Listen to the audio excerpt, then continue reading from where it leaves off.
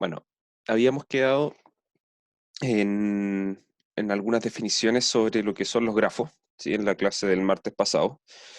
Em, Principalmente hablamos de cosas bien básicas, o sea, dimos la definición de lo que es un grafo cuando hablamos de un grafo dirigido, de un grafo no dirigido. Eh, bueno, sus partes, obviamente, que son van a ser simplemente los vértices y las aristas del grafo. Eh, Hablamos de cuando hablamos de vértices adyacentes, eh, de aristas adyacentes, y puros conceptos que finalmente nos están hablando, digamos, de la conectividad dentro del grafo. Sí. Ahora, eh, sí, una cuestión que no había mencionado al comienzo, después la mencioné entre medio, pero que es importante dentro de la definición, es que siempre acá estamos tratando con una cantidad finita de vértices y de aristas, ¿sí? Porque ya hablar de un grafo con una cantidad, digamos, numerable de alguna de esas cosas ya es algo completamente distinto, ¿sí? Para nosotros, la cantidad de vértices y de aristas va a ser siempre finita. Entonces, claro, un grafo cualquiera siempre va a tener una representación gráfica, ¿sí? Completa, digamos, aunque podría tomar mucho tiempo hacerla, pero de que se puede, se puede. Ahora, em, lo último que estuvimos hablando fue el concepto de subgrafo, y que finalmente eh, consistía en lo siguiente. Si yo tengo G, un grafo con vértices, con sus vértices y sus aristas denotados por esto. Entonces decimos que H es subgrafo de G. Si los vértices de H están contenidos en los vértices de G y las aristas de H están contenidas en las aristas de G. ¿Sí? Con eso nos basta para hablar de lo que es un subgrafo. En este caso, claro, decimos que, claro, H es subgrafo de G, o bien también podemos decir que G contiene H.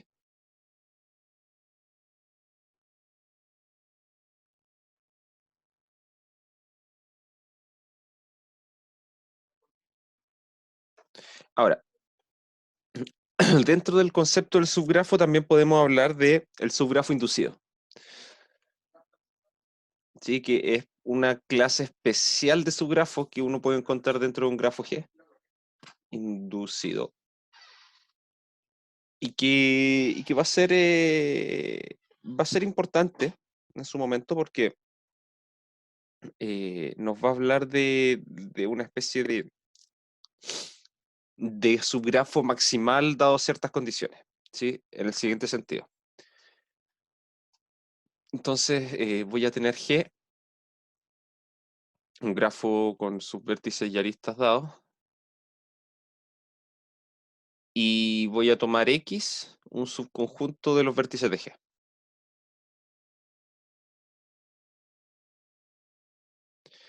Entonces, definimos el subgrafo inducido, el subgrafo de G inducido por X,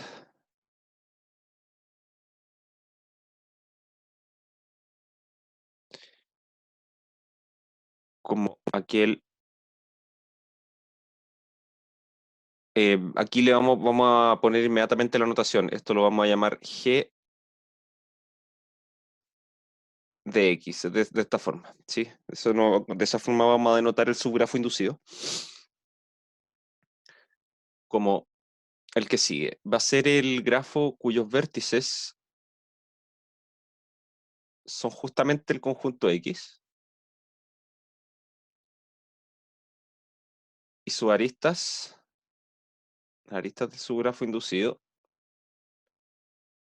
van a ser todas aquellas, van a ser todas las aristas que pertenecían al grafo original tales que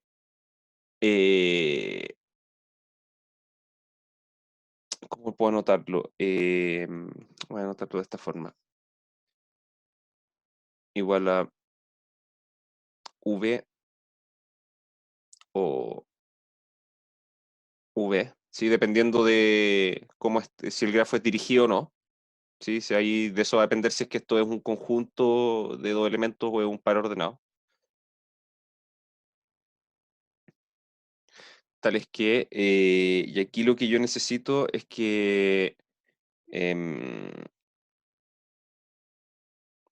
eh, necesito que los dos elementos que están ahí pertenezcan a X. ¿Sí? Entonces, lo que estamos hablando acá es que, bueno, finalmente estoy tomando mi grafo, ¿sí? Por ejemplo, a ver, vamos a dibujar uno para poder ejemplificar lo que significa hacer un subgrafo inducido.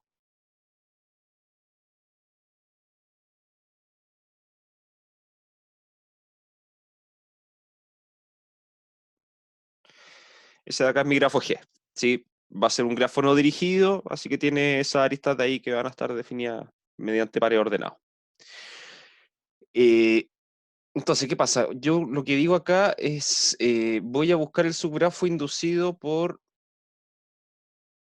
estos tres vértices, ¿sí? Entonces lo que hago es tomar todas las aristas del grafo original, cuyos extremos sean vértices del subconjunto que escogí, ¿sí?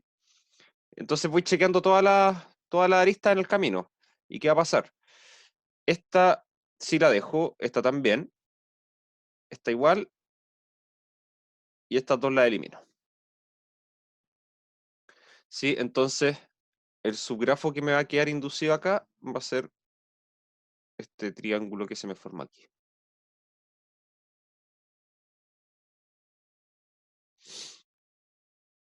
Sí, este es el subgrafo. O voy a anotarlo voy a ocupar la misma anotación. Esto es G. Y esto es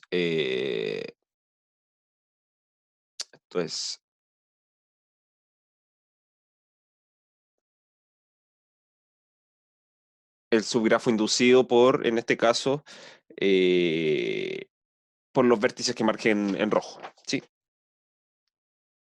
Ahora, muchas veces vamos a ver que este concepto de los subgrafos inducidos van a aparecer en los algoritmos, ¿sí? Muchas veces digamos, en algoritmos recursivos, ¿sí? Porque, por ejemplo, eh, a ver, si yo tengo un árbol, ¿sí? O sea, en el sentido de un ordenamiento de datos, ¿sí? Tengo una estructura donde tengo un vértice y de ese vértice salen una cierta cantidad hacia abajo, y de ahí de cada uno de ellos sale otra rama hacia abajo, así de esa forma, ¿sí? Fue como el primer grafo que dibujé cuando empezamos a introducir esta parte en el curso. Resulta que si yo elimino la raíz, lo que me queda, el subgrafo inducido, en el fondo, por todo el conjunto de vértices, excepto la raíz, que sería este punto donde partí, es una cantidad finita de árboles distintos, ¿sí? Como que se me separa en varios, como que el subgrafo inducido en ese caso son, entre comillas, copias del original, ¿sí? Entre comillas, no van a ser exactamente lo mismo, pero lo divide en estructuras que tienen la misma forma. Entonces, si yo tengo un algoritmo que funciona sobre esa estructura, lo puedo hacer de forma recursiva. ¿Cómo? Eliminando uno de estos vértices, eliminando la raíz en el fondo y dividiéndolo en varias ramas, ¿sí? Y cada una de esas le aplico el algoritmo de nuevo, ¿sí? Esa es más o menos la utilidad que podría tener esto, ¿sí? Muchas veces permite encontrar algunas estructuras que permiten pensar en recursividad dentro de un problema. Eh, perfecto.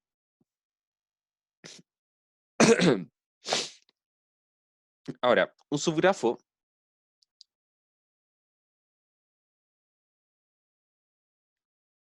y este otro concepto que es también va a ser útil.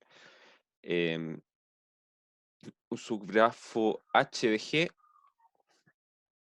se dice generador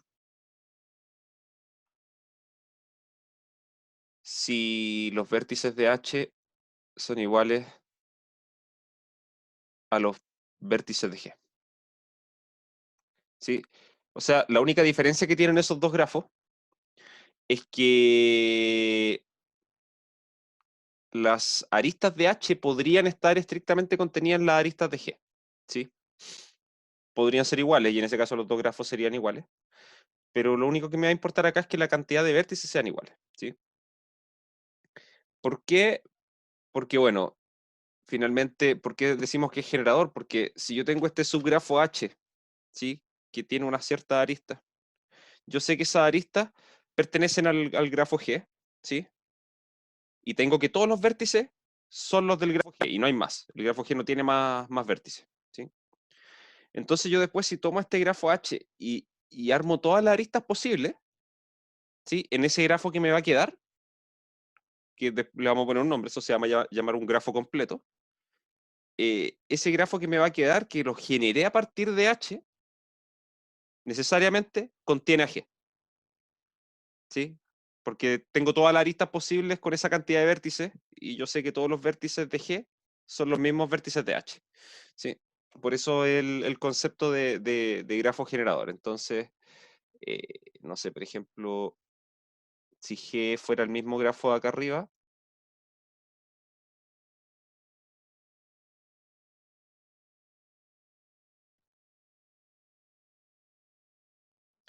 yo podría tomar, por ejemplo,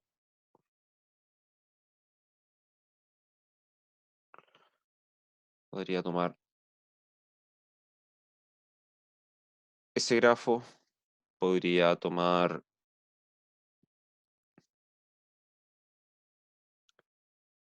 bueno, cualquier combinación que se me ocurra, en realidad.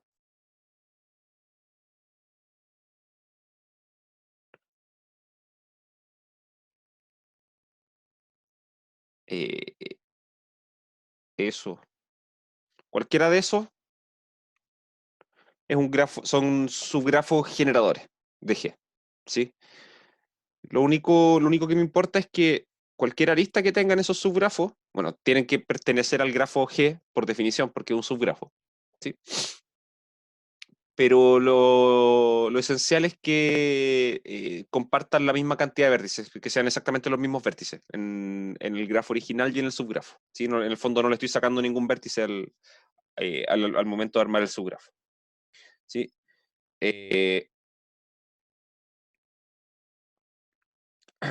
entonces, considerando esto, podemos pensar también, porque estamos hablando en todos estos casos, estamos pensando que los subgrafos lo que hacemos es sacar, digamos, sacar vértices, sacar aristas, ¿sí?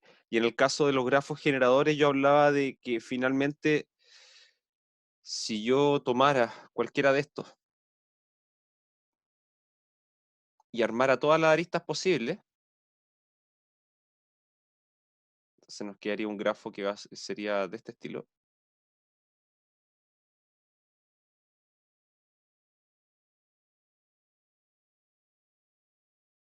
¿Sí? Nos quedaría un grafo de ese estilo. Resulta que este grafo que genera acá abajo cumple que siempre el grafo original queda metido adentro, ¿sí? Que es justificando la nomenclatura de grafo generador, ¿sí?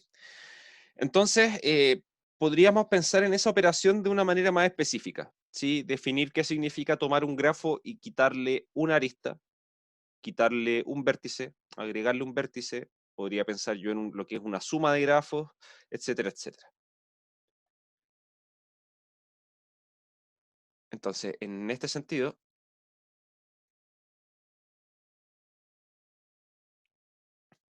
podemos pensar en operaciones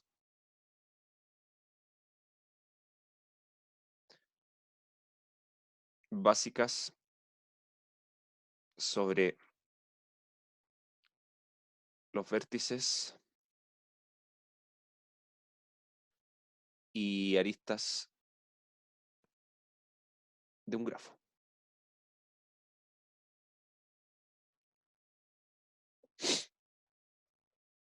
Entonces, si tengo un vértice de un grafo G, se define G menos B. ¿Sí? Y pensemos cómo podría ser esta definición. O sea, yo lo que estoy tratando de definir un grafo menos un vértice. Entonces, lo que yo esperaría sería sacar ese vértice, ¿sí? Y quedarme con todas las aristas que sigan siendo válidas, ¿sí? En el fondo, elimino el vértice y elimino todas las aristas que tenían como extremo a ese vértice, ¿sí? Entonces, en realidad, lo que estoy hablando es que estoy hablando de algo que tenemos por acá, que es un grafo inducido, ¿sí? Me quedo con los mismos vértices, o sea, con el conjunto de vértices que estoy hablando, que en este caso sería los vértices de G menos el vértice B, ¿sí? Y me quedo solo con las aristas que siguen siendo válidas, ¿sí? Que es justamente la definición de un subgrafo inducido. Entonces se define G menos B como G inducido por B de G menos B. Es decir, el subgrafo inducido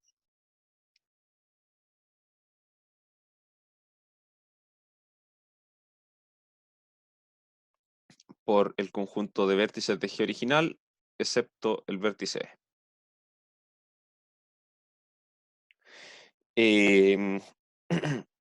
De la misma forma, ella está más sencilla.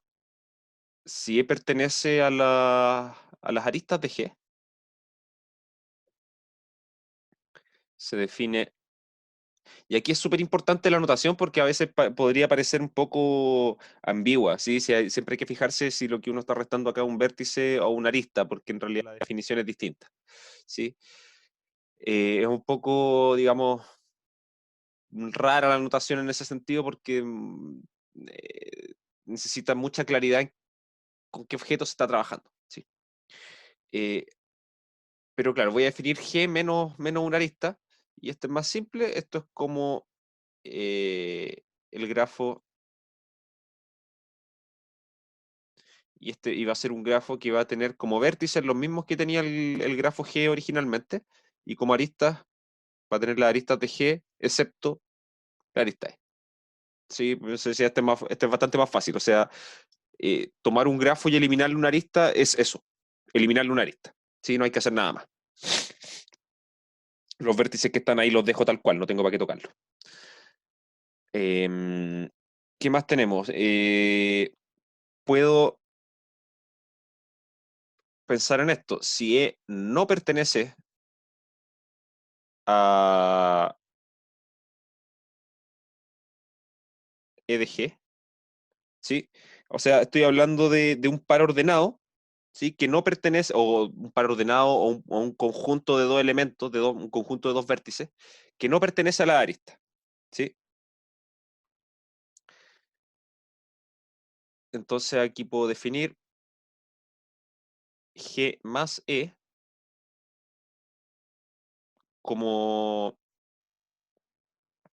como el grafo que tiene los mismos vértices que el grafo G original, y bueno, le agrego. De la misma forma que antes restaba la arista, ahora simplemente la agrego. Em, y lo que nos faltaría es la suma de grafos, ¿sí? Si G y H. Sí, con respecto a la adición de vértices, eso no lo incluimos. ¿Por qué? Principalmente porque, si se fijan, si agrego un vértice, lo que estaría haciendo sería agregar un vértice que va a estar aislado. Sí, como que no tiene mucho sentido. ¿Sí? Entonces, claro, agregar un vértice no lo voy a anotar porque es lo que uno esperaría. Es al conjunto de vértices que tengo le agrego ese vértice, pero ese vértice va a quedar completamente desconectado de todo. Así que una operación de agregar vértices necesariamente tiene que ir acompañada de agregar aristas después, ¿sí? Y por eso ese caso particular queda contenido ahora en este último caso, que es la suma de grafos. Entonces, si G y H son grafos, cualquiera,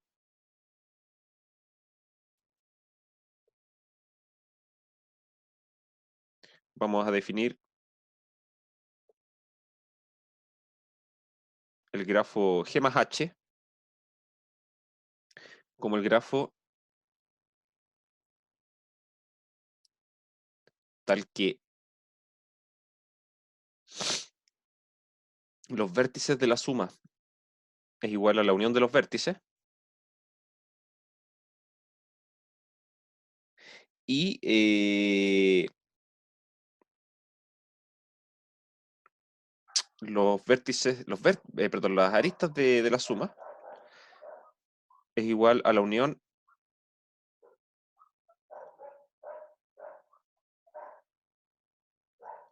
E de H. ¿Sí? Aquí en este caso podría ser que hayan ahora repeticiones de aristas, ¿sí? O sea, que el grafo deje de ser simple, que fue un concepto que habíamos hablado al comienzo, ¿sí? Pero en términos prácticos, nosotros vamos a suponer siempre que el resultado termina siendo un grafo simple, ¿sí? ¿Por qué podemos hacer eso? Porque siempre podemos eliminar las repeticiones y quedarnos con un grafo simple, ¿sí? Ese es un proceso que de hecho computacionalmente es rápido, ¿sí? En el fondo, tener una lista y chequear que todos sus elementos son distintos. eh, y más que chequear, en realidad tomar una lista y entregar una sublista de ella que no tenga elementos repetidos y que los contenga todos, no es difícil, ¿sí? Es recorrer unas cuantas veces comparando, ¿sí? Perfecto, entonces tengo esto de acá. Esas van a ser mis operaciones que yo puedo hacer sobre los grafos. Eh, y muchas veces nos va a convenir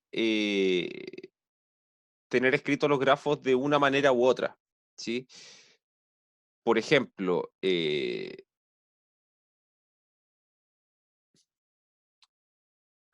no sé, a ver, supongamos, podría yo pensar que un grafo es una figura que está en un plano, en R2, ¿sí? Y que los vértices los voy a etiquetar con sus coordenadas, ¿sí?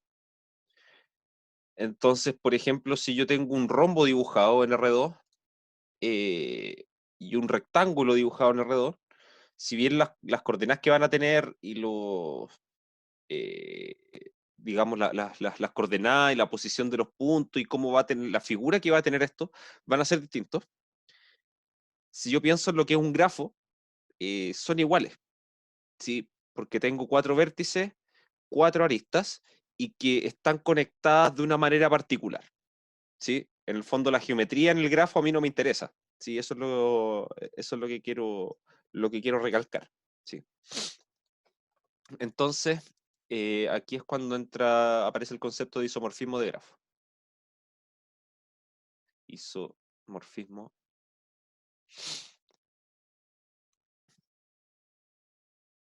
de grafos. Entonces voy a tener dos grafos, sean G y H grafos.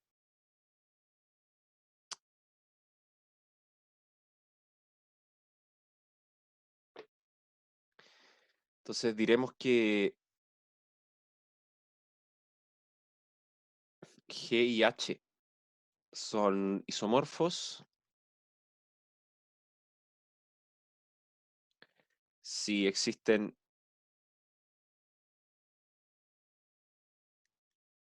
dos funciones. Vamos a necesitar dos funciones acá. Vamos a tener una función...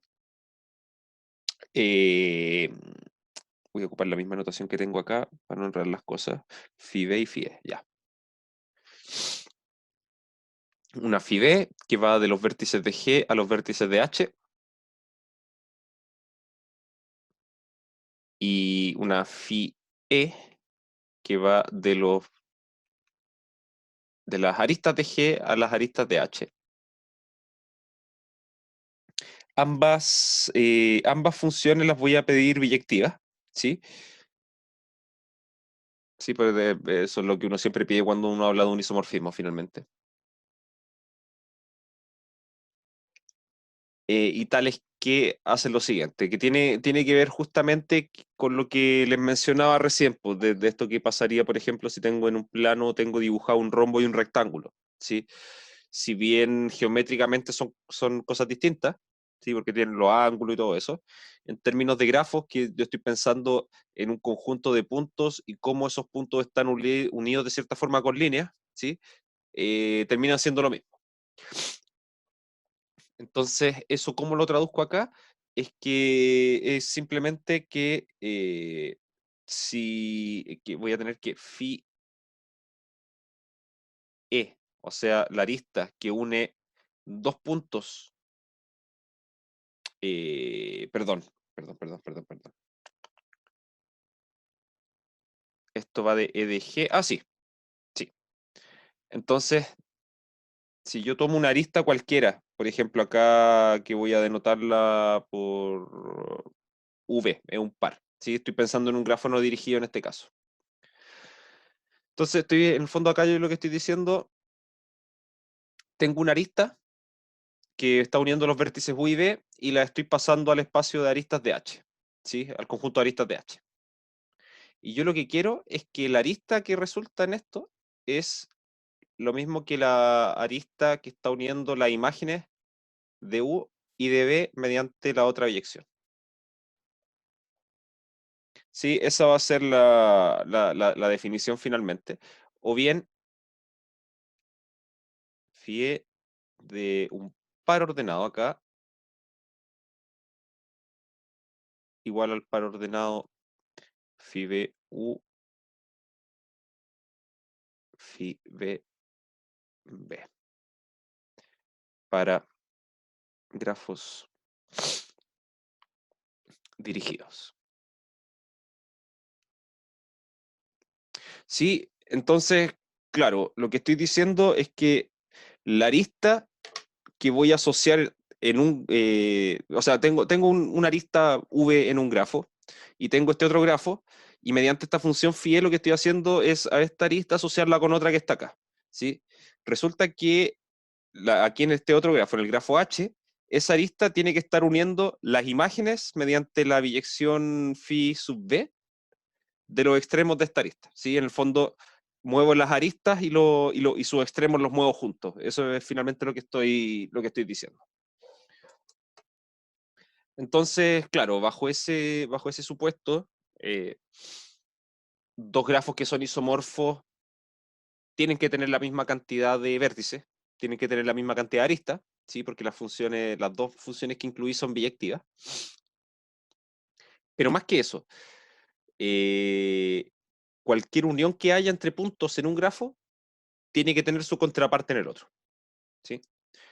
Entonces, en ese sentido, como les decía, un rectángulo en un plano y un rombo, o cualquier otro cuadrilátero, de hecho, son isomorfos, ¿sí? En términos de grafo, porque las conexiones que hay entre puntos son las mismas.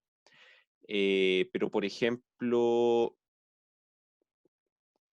a ver, algo que no lo sea. Dos grafos que tengan la misma cantidad de aristas de vértice y que no sean isomorfos. Estoy pensando...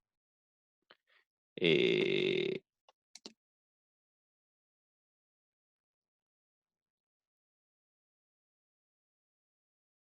a ver, creo que esto va a resultar. Estoy pensando en un ejemplo recién, no se me había ocurrido ver un ejemplo de esto.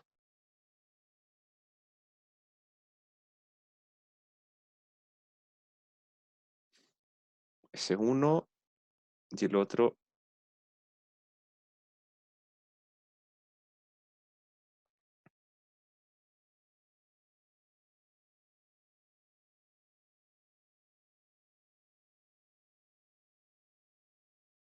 Sí, esos dos de ahí no son isomorfos y tienen la misma cantidad de aristas, de hecho.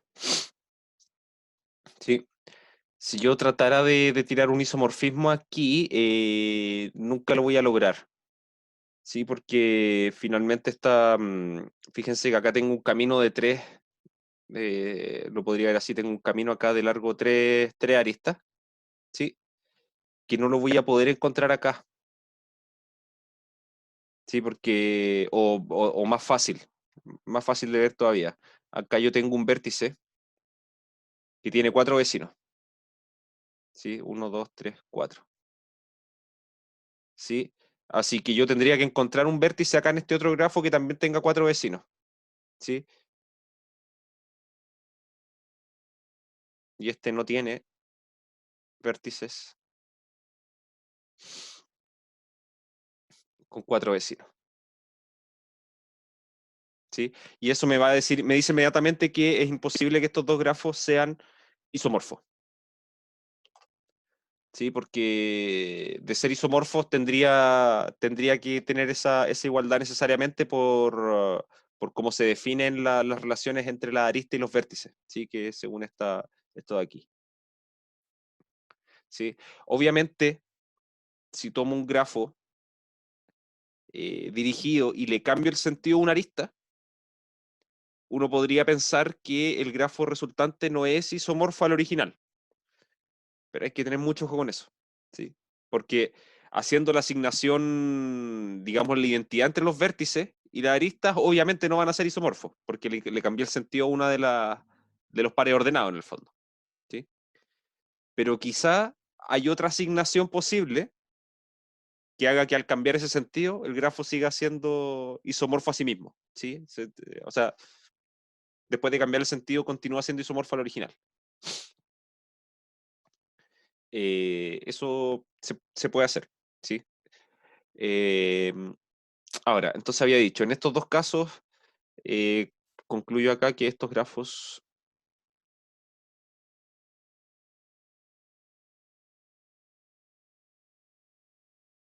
no son isomorfos. Sí, y un ejemplo de un grafo isomorfo, no voy a dar otro, pero lo que le decía, los cuadriláteros, ¿sí? Cualquier par de cuadriláteros son isomorfos en el sentido de grafo, ¿sí? Eh, ok, vamos a hacer una pequeña pausa ahora. Eh, a ver, son 5 para las 11. A las 11:10 vamos a seguir. ¿Ya? No sé si hasta acá está todo claro o... ¿Sí está todo claro? Ya, bien. Entonces vamos a seguir en unos 15 minutos. Perfecto. Continuemos entonces. Ahora vamos a ver unas últimas definiciones ya que nos va a permitir demostrar un primer unos pequeños resultados sobre grafos, ¿sí? Que van a ser, son bien básicos finalmente, pero van a aparecer bastante. De hecho, hay un problema de optimización que se llama el problema del corte máximo, que perdón, el corte mínimo, que tiene que ver justamente con estas definiciones, ¿sí? Vamos a necesitar saber lo que es un corte en un grafo y que en esencia nos habla de dividir este grafo, digamos, en dos partes y mirar de qué manera esas dos partes en las que estoy dividiendo el grafo están unidas entre ellas, ¿sí? Mediante las aristas que unen esas dos partes principalmente. Entonces, vamos a definir para un grafo G cualquiera, para un grafo G y dos subconjuntos de sus vértices, se define E de X, Y como todos los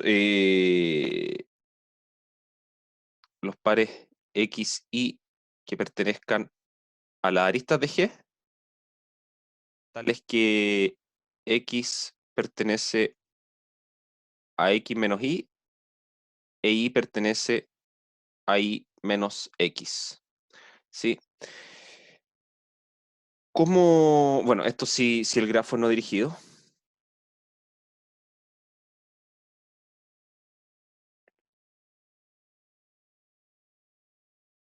Para grafos dirigidos tenemos una definición similar.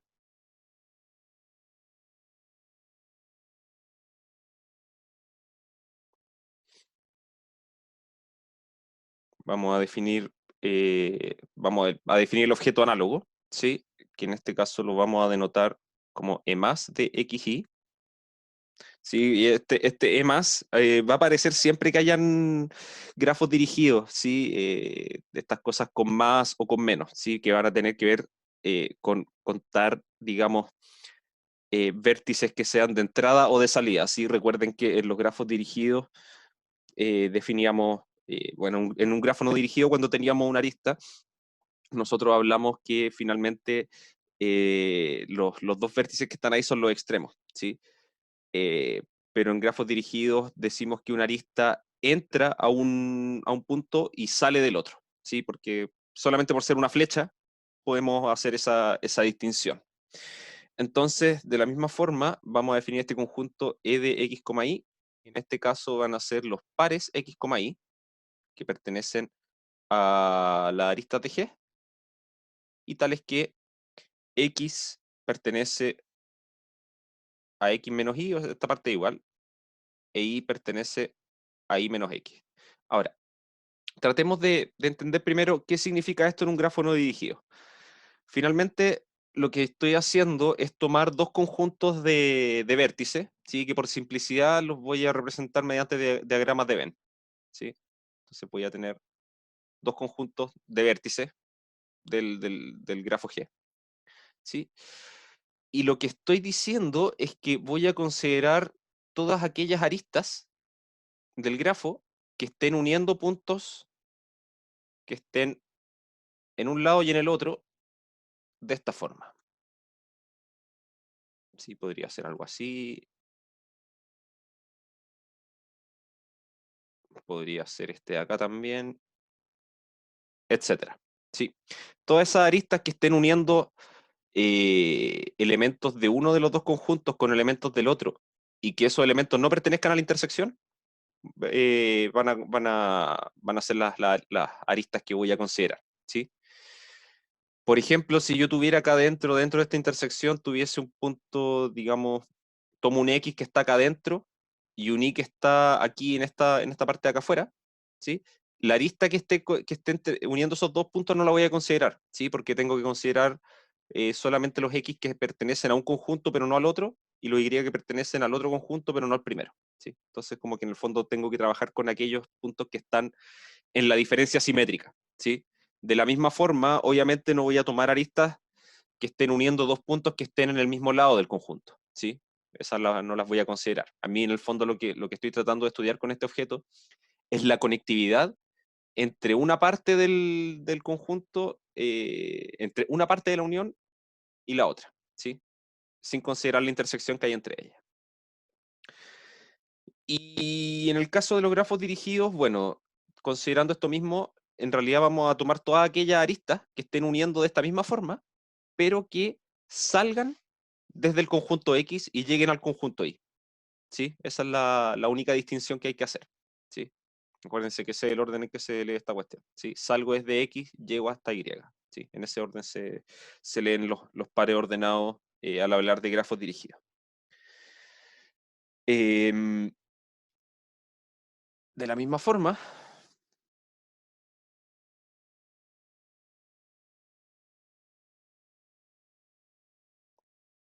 definimos para grafos no dirigidos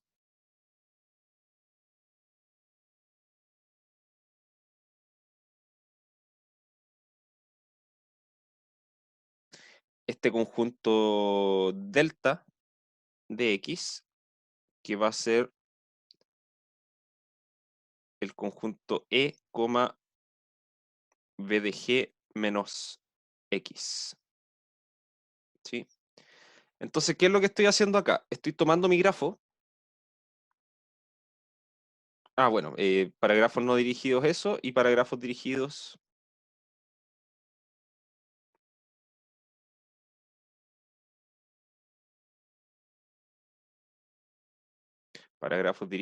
vamos a definir delta más de x como e de x, e más de x, b de g menos x.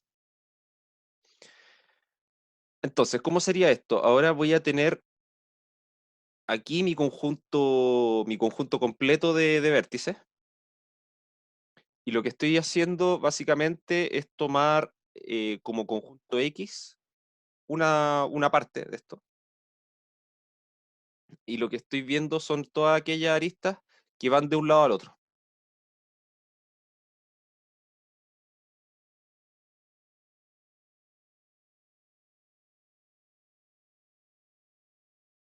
¿Sí? Todas aquellas aristas que cruzan de un lado al otro de este conjunto completo de vértices. Fíjense que acá no tengo que preocuparme por la intersección que hay entre ellas, porque como estoy tomando el conjunto X y su complemento, la intersección es siempre vacía. ¿Sí? Entonces aquí lo que hago es tomar todas aquellas aristas que partan, o bueno, que uno de sus extremos esté en el conjunto X y su otro extremo esté en el complemento. ¿Sí?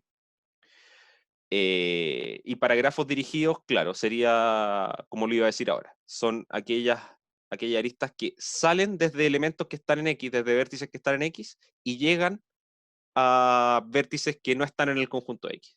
¿Sí? Eso de acá es justamente lo que vamos a llamar nosotros un corte. ¿Sí? En el fondo estoy dividiendo mi conjunto de vértices en dos partes y estoy viendo todas las aristas que están ahí entre medio, uniendo las dos partes del grafo, entre comillas. ¿Sí? Eso es básicamente lo que estamos haciendo. ¿Sí? Eso es lo que vamos a llamar un corte del grafo. De la misma forma, podemos hablar de lo siguiente, y esto en realidad es más que nada como, de hecho se podría demostrar esta igualdad entre comillas. Con esto podemos hablar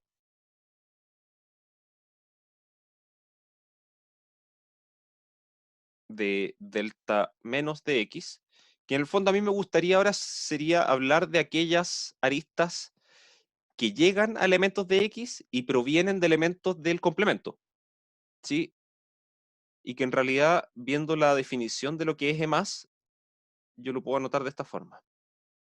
Esto es b de g menos x, coma x, ¿sí? En el fondo, si yo invierto el rol de los conjuntos acá adentro, lo que hago es cambiar el sentido en que estoy leyendo las aristas, ¿sí?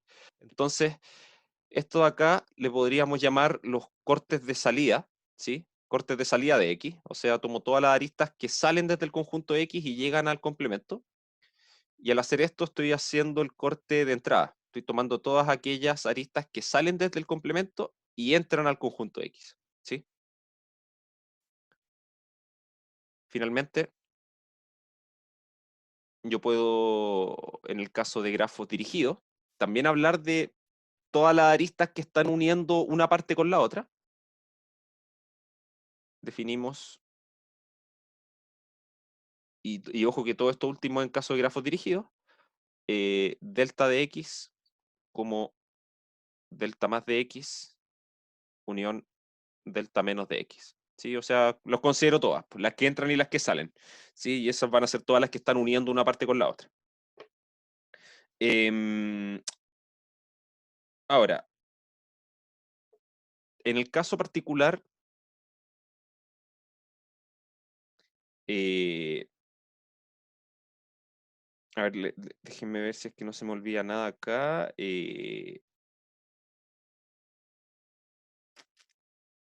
Sí, se me había ido un detalle, iba a haber algo sin ver una definición previa. También para el conjunto X, también podemos, para un conjunto de vértices, podemos definir lo siguiente. Se define además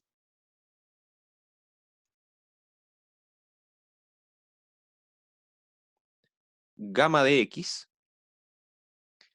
Y claro, todas las definiciones previas hemos estado hablando eh, de aristas. ¿Sí? Son puras definiciones que tienen que ver con aristas. ¿Sí? Aristas que están uniendo una parte con la otra del grafo.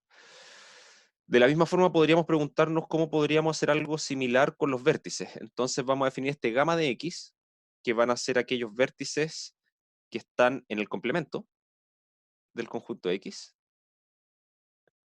y que son tales que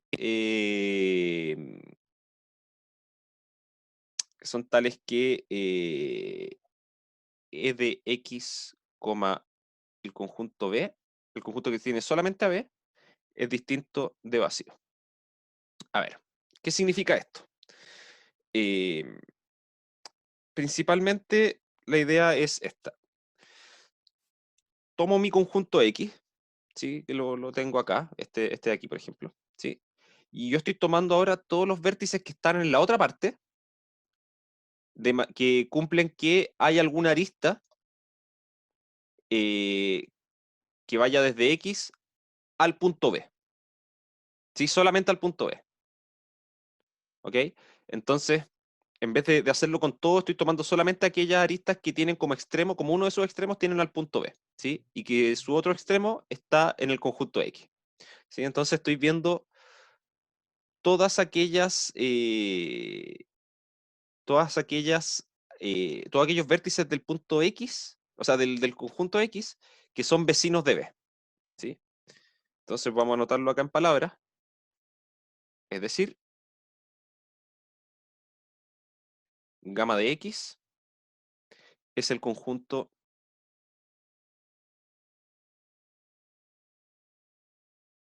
de vecinos de B que pertenecen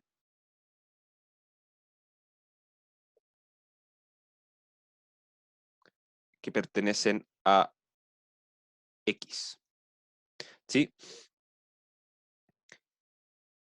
Entonces, eso, claro, lo podemos decir, lo podemos decir así, perdón.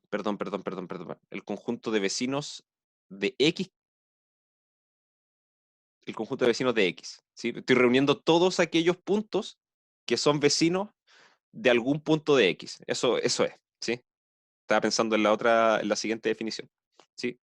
Entonces, claro, tomo un punto que pertenece al complemento de X y veo si es que está unido con algún elemento de X. ¿Sí? Si es que sí, eso significa que este conjunto de acá, el E de X singleton B, es distinto a vacío. ¿Sí? Así que en ese caso, el punto que seleccioné pertenece a gamma de X. ¿Sí? Entonces, acá estoy tomando todos aquellos vértices que están unidos a al menos a uno de los puntos de X. ¿Sí? O sea, son todos los puntos a los cuales yo puedo llegar en un paso partiendo desde el conjunto X. ¿Sí? Em, Ahora, yo teniendo esto, podemos hablar ahora que va a ser, ya para poder hablar de la definición del grado de un grafo, ¿sí? Podemos ver lo siguiente. Si en el caso particular,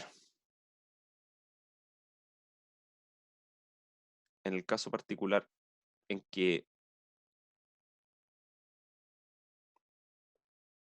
X es un singleton, vemos que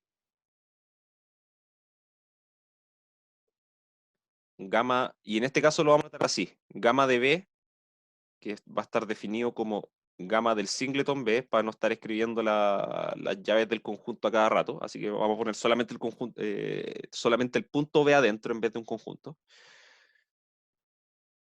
Bueno, sería en este caso los U que pertenecen a los vértices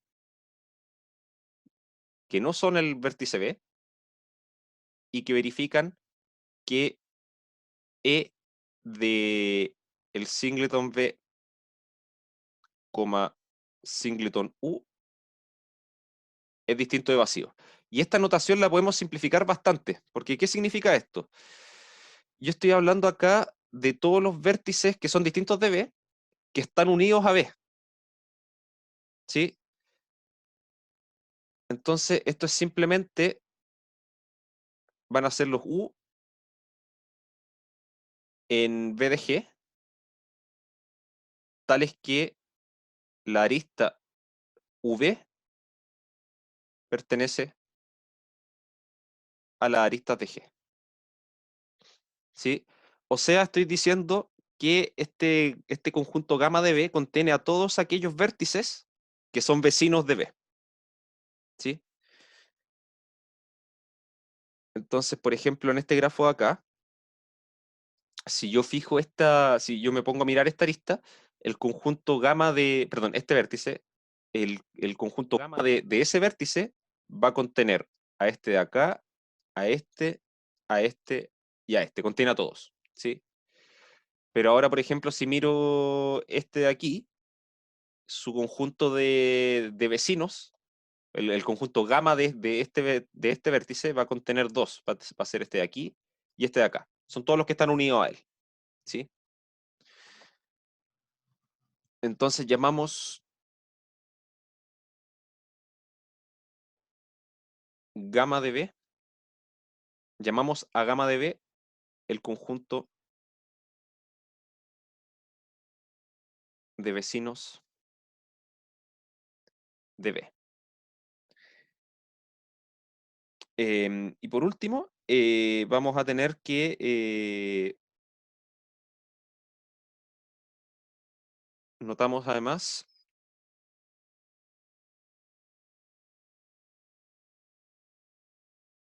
que para un singleton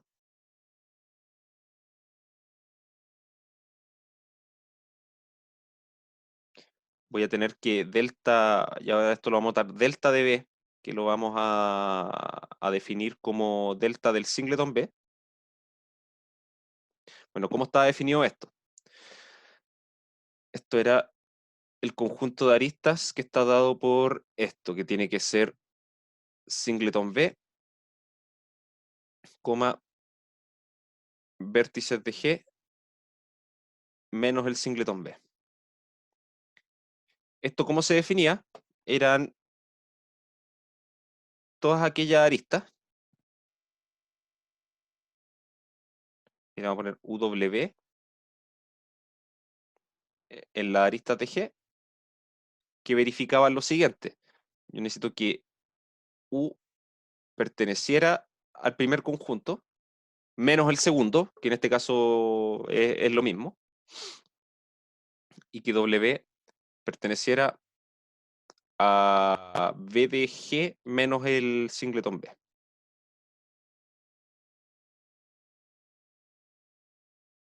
¿Sí? Nuevamente esta notación la podemos simplificar bastante. Estas son todas aquellas aristas que una de sus componentes es B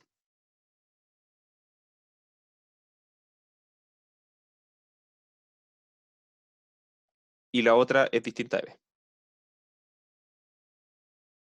¿Sí? O sea, ¿qué me está indicando esto? Son las aristas eh, tal que uno de sus extremos, tal es que uno de sus extremos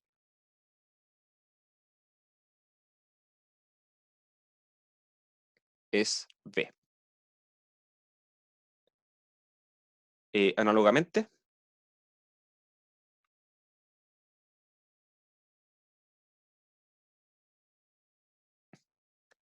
delta más de B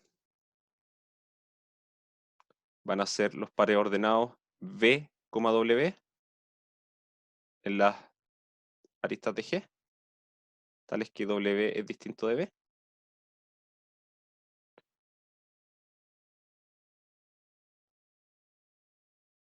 Y estos van a ser las W, B, N de G, tales que W es distinto de B. ¿Sí? Estas son las aristas que salen de B y estas van a ser las aristas que entran a B.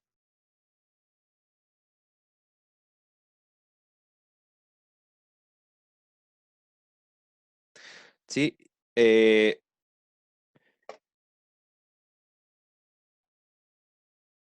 Las cardinalidades de estos conjuntos, ¿sí? Recuerden que esas últimas dos cosas son para grafos dirigidos.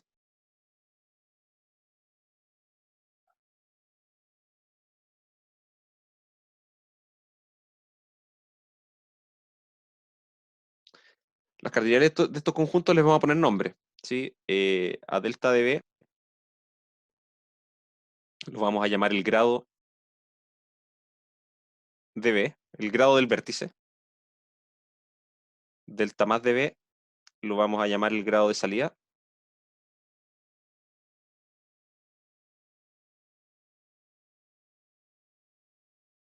Y delta menos de B el grado de entrada.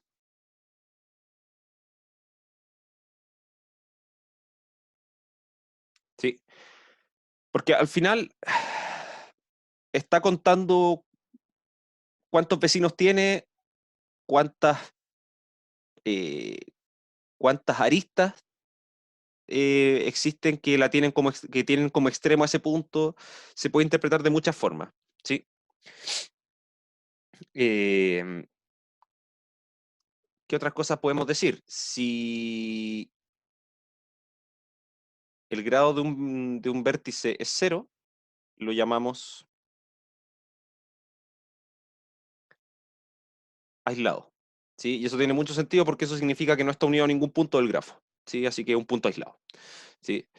Y ojo que aquí cuando escribo esto, sirve para grafos dirigidos y no dirigidos. ¿Sí? Recuerden que para el caso de grafos no dirigidos, perdón, para el caso de grafos dirigidos, delta de B se definía como la unión del delta más y el delta menos. ¿Sí? Entonces, un grafo tal que todos sus vértices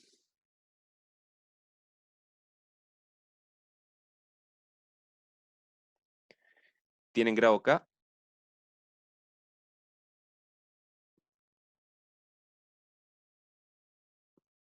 se dice K regular.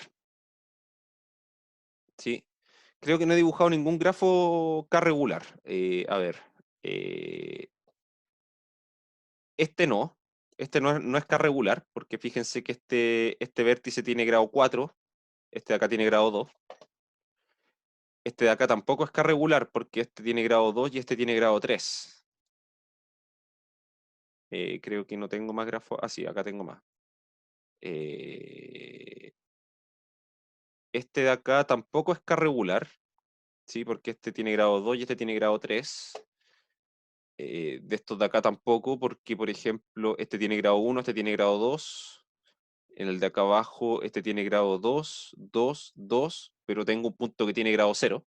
Tengo un vértice con grado 0. Y así, grado 1, grado 0. Este de acá es regular, ¿sí? Porque esto tiene grado 2, esto también tiene grado 2 y esto igual tiene grado 2. Así que este grafo acá es un grafo 2 regular, ¿sí? Es finalmente eso. Sí, un conteo, una manera de notar los conteos de vecinos de un vértice. ¿Sí? Entonces, una pequeña proposición y con esto vamos a terminar.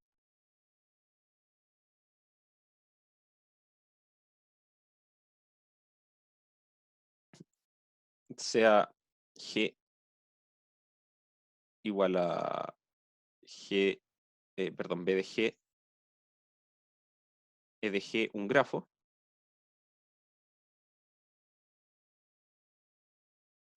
luego la suma sobre todos sus vértices del grado de B es igual a 2 veces la cantidad de aristas de G.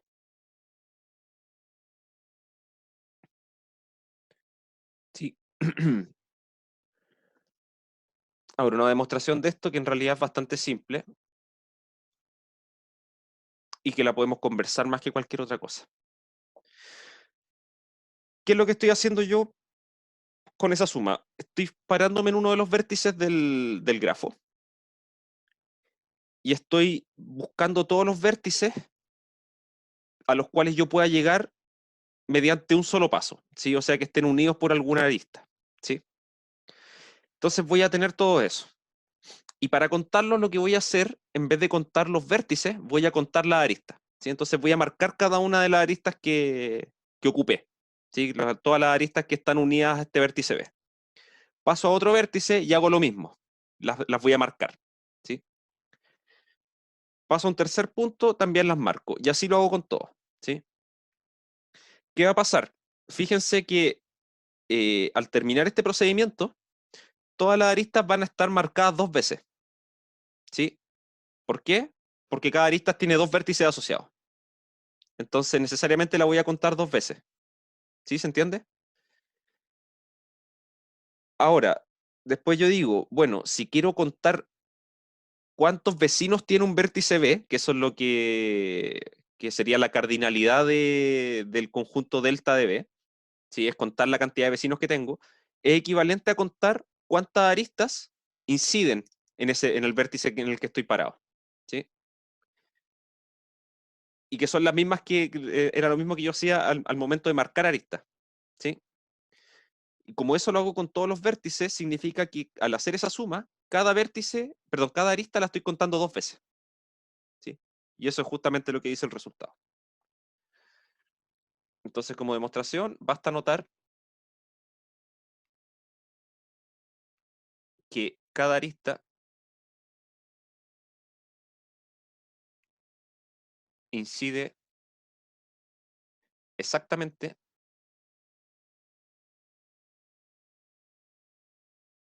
en dos vértices. Por lo que la suma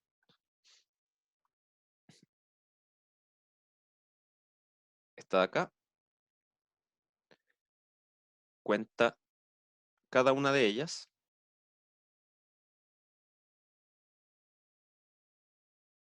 exactamente dos veces.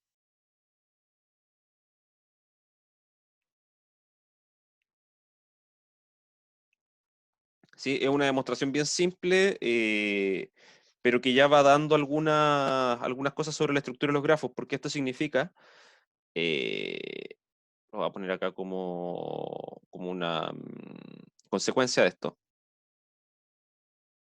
Sí, no le quiero poner corolario porque los corolarios son, para mí son para los teoremas, no para estas proposiciones chicas. Una consecuencia de esto es que el número de vértices con grado impar es par. ¿Sí? Porque si no, yo podría tomar tendría un número impar de vértices que tienen grado impar, ¿sí? Y al hacer la suma, estaría sumando una cantidad impar de veces números impares, y eso, el resultado de eso siempre va a ser un número impar, ¿sí? Y todo el resto de la suma va a ser un número par. Entonces el resultado va a terminar siendo un número impar, lo que es imposible porque el resultado tiene que ser dos veces algo, ¿sí? Eh, no voy a anotarlo. Sí, es una cuestión fácil de chequear, es aritmética simplemente. Aritmética de números pares e impares. No tiene ninguna otra gracia. ¿Sí?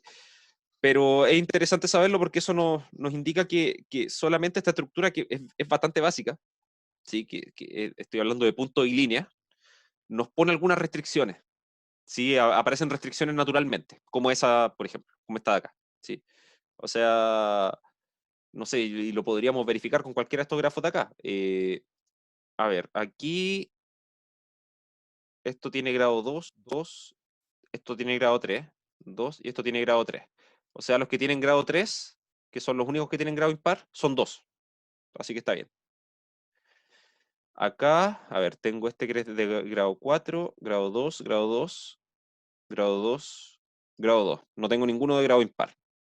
Está bien, así que un número par, 0 es par, así que no hay problema. Este de acá, grado 3, tengo 2. Los otros 2 son de grado 2. Entonces tengo 2 de grado 3, así que también funciona. Este de aquí, esto, a ver, acá hay 2 de grado 1. Acá también hay 2 de grado 1. Acá 2, 3, son 4 de grado 3. ¿Sí? Es imposible que me encuentre con un grafo que tenga una cantidad impar de vértices con grado impar. ¿Sí?